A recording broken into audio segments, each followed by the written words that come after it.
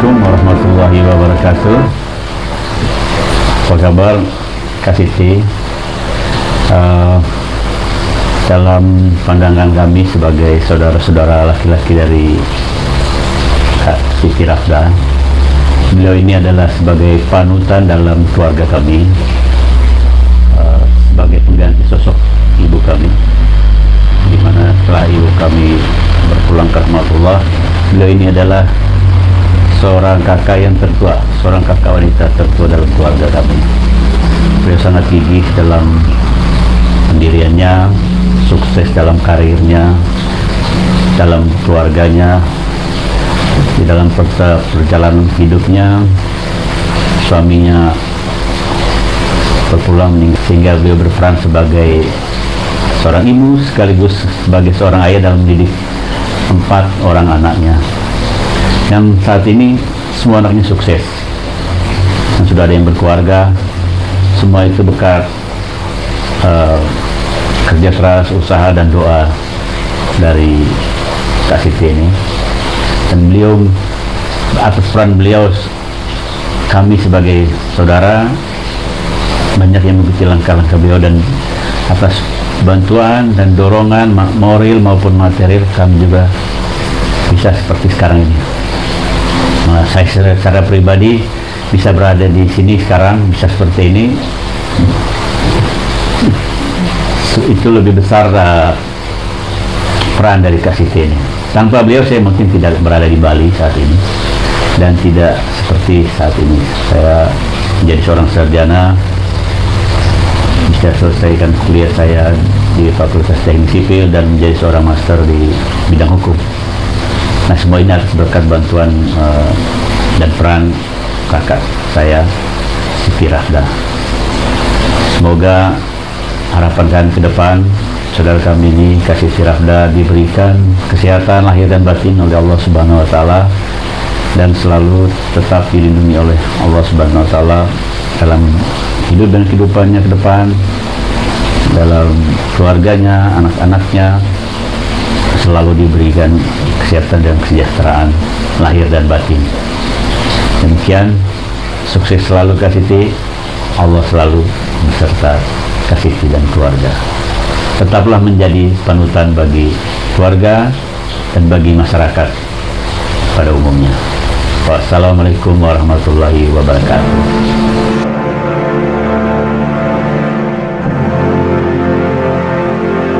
Selamat siang, Pak Presiden Flores Itu, Media Group Logamora Dewata. Saya saat ini berada di kediaman pribadi AKBP Siti Rafda Berhiman Bubis SH Empung. Biasanya Bu Siti ini panggilannya macam-macam. Biasanya sehari-hari Kak Siti biasa dipanggil. Assalamualaikum. Waalaikumsalam warahmatullahi wabarakatuh. Sebelumnya dikenal sebagai salah satu polisi wanita yang senior di Polda Bali. Hampir seluruh penugasannya masa dinas berada di lingkungan Polda Nusra masa lalu, Nusa Tenggara ya. Nusa Tenggara. Lalu kemudian ketika terjadi pemekaran Polda Bali, NTB dan NTT, nah, Siti ini tetap berdinas di lingkungan Polda Bali. Apa kabarnya? Alhamdulillah. Alhamdulillah baik ya. Suasana semacam ini di tengah pandemi wabah COVID-19. Stay at home. Stay at home. Full. Kerja juga tetap dari rumah. Work from home. Nah, sebelum kita berbincang lebih jauh tentang figur AKBP Siti Rafda, saya ingin membagi sedikit catatan kecil tentang siapa sesungguhnya Kak Siti, ya. Ini saya baca kerpeannya. Lahir di Kupang 16 April tahun 1959. Ayahnya dulu adalah seorang polisi, anggota kepolisian Kota Polri. Lalu asalnya dari Medan ceritanya, Dari Tapanuli Selatan. Dari Tapanuli Selatan. kakek Kak Siti ini kemudian bersama Bung Karno diasingkan ke Flores. Wah, tahun berapa itu nanti Kak Siti akan berbagi ceritanya. Kakek Kak Siti mendapatkan jodoh di Lembata ya ceritanya. Di Larantuka. Di Larantuka. Lalu lahirlah Bapak saya. Bapak gitu ya. Lengkapnya bisa saya baca keterangan biar tidak salah ini, nama orang tua tuh. Cari-cari dulu. A. Sultan Nurdin Lubis. Gitu. Lahir beliau di ND tahun 1932. Lahir pensiunan anggota Polri. Pak Sultan Nurdin ini kemudian menikah dengan pramugari pesawat Auri berdarat Rote berdarat Rote, Ibu Halimah G. Mesa, sekarang sudah almarhumah. Pak Sultan Nurdin juga sudah almarhum. Perkawinan antara Pak Sultan Nurdin dan Bu Halimah itu menghasilkan 9 Saya nomor anak. 3. Ibu Siti dan Kak Siti ini nomor 3 dan hampir semua menjadi orangnya. Nanti cerita seperti apa orangnya, jadi orangnya. Nah, ini kita akan berbagi. Yang pasti 2 di antaranya adalah lulusan Akademi Kepolisian, Akabri zaman dulu. 1 di kepolisian, tidak almarhum, Kombes Pol Junaidi Piansa. Lalu kemudian yang 1 lagi di Angkatan Laut. Angkatan Laut, Iya. Akabri Angkatan Laut. Iya. Dan bahkan mendapatkan predikat sebagai lulusan terbaik, peraih Adi Makayaksa. Saat ini sudah bintang 1. Bintang 1. Sudah jenderal. Ya. Nah, nanti ceritanya seperti apa kita akan berbagi bersama dengan Kak Siti. Assalamualaikum warahmatullahi wabarakatuh. Halo Mama Siti, saya sebagai ipar, adik ipar Mama Siti. Mama Siti itu orang baik, kakak ipar yang baik. Kami sebagai adik ipar menjadi Mama Siti itu sebagai panutan di dalam rumah tangga. Dan Mama Siti itu orangnya sukses dalam mendidik anak-anak sampai anak-anak sarjana, dan harapan kami juga bisa begitu sebagai ikut sebagai Mama Siti supaya bisa kami juga anak-anak kami jadi sarjana semua dan sukses seperti Mama Siti. Wassalamualaikum warahmatullahi wabarakatuh. Assalamualaikum. Halo Mas Siti. Mama Siti itu personalitinya ya bisa serius, bisa diajak bercanda santai. Kalau misalkan kayak serius tuh kalau lagi ngasih nasihat atau ngomongin tentang agama gitu. Kalau yang santainya kalau kita lagi bercanda nimbrung aja gitu, jadi ya nggak tegang-tegang amat gitu.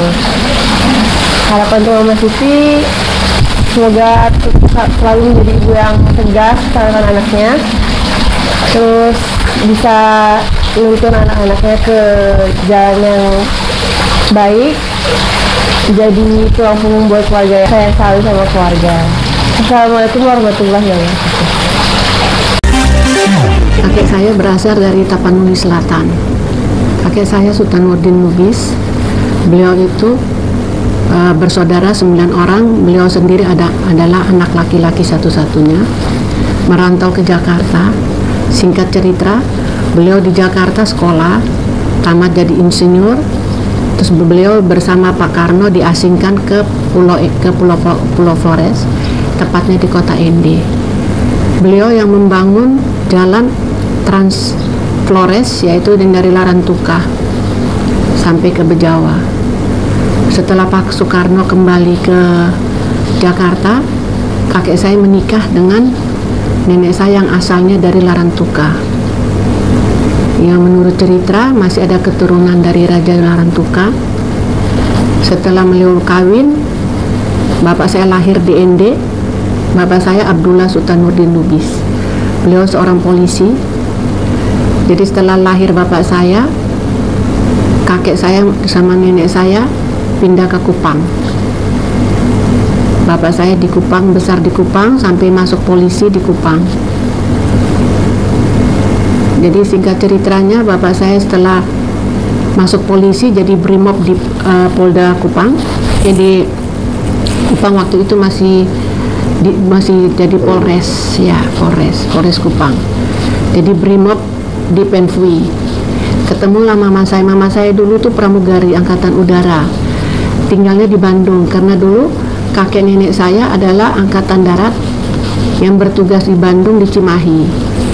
Beliau mati dibunuh Belanda dan kuburannya di kuburan Pandu, kuburan pahlawan yang ada di Bandung. Jadi kakek saya adalah salah satu pahlawan pembela kemerdekaan dulu di zaman 45. Beliau dikuburkan di kuburan Pandu di Bandung. Jadi bapak saya ketemu mama saya waktu mama saya dari Bandung drop angkatan udara yang bertugas di Penfui. Menikahlah bapak saya sama ibu saya. Setelah menikah, bapak dipindahkan ke Bejawa.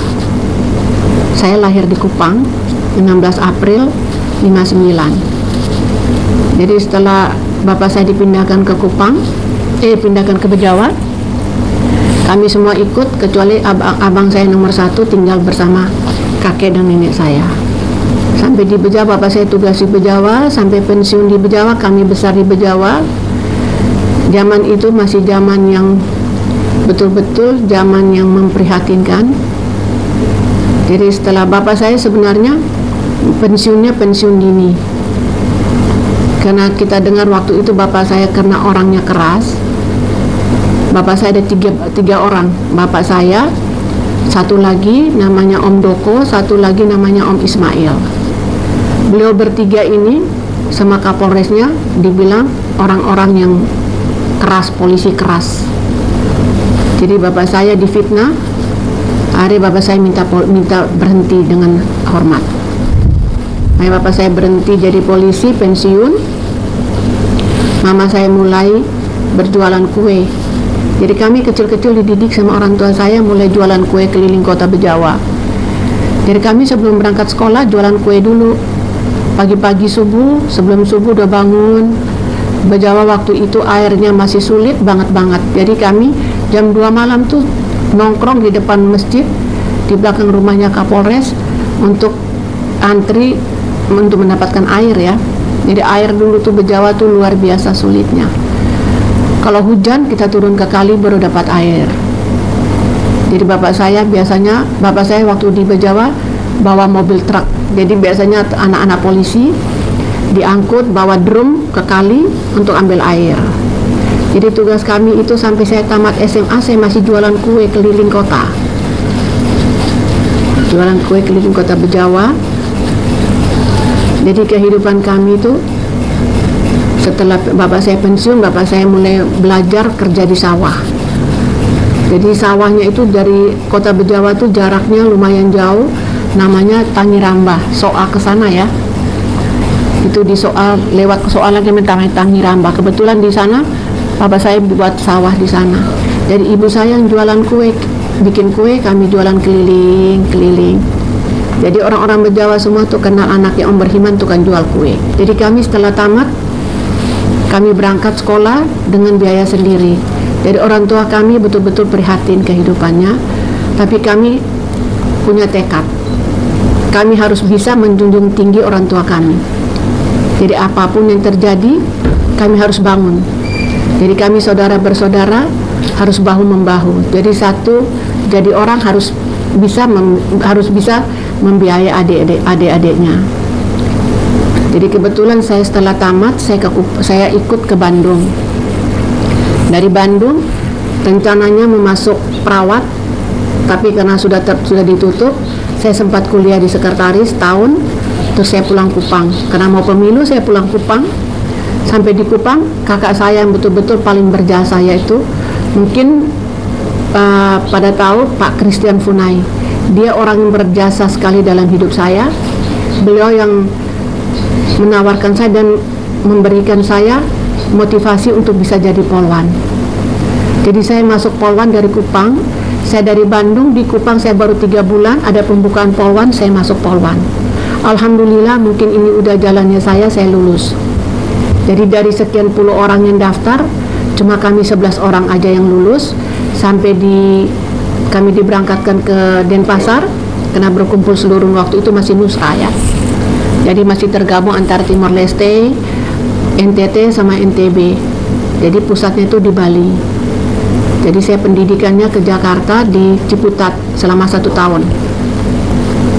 Setelah tamat, jadi dari pengiriman dikembalikan ke Bali. Dari kami yang dari Timor, yang ditahan di Polda Bali sini kami bertiga. Yang lain dikembalikan semua ke NTT, yaitu yang stay di Bali, bertugas di Bali. Saya sendiri, terus satu dari Timor Leste sudah meninggal, namanya Natersia, itu suaminya orang Bali.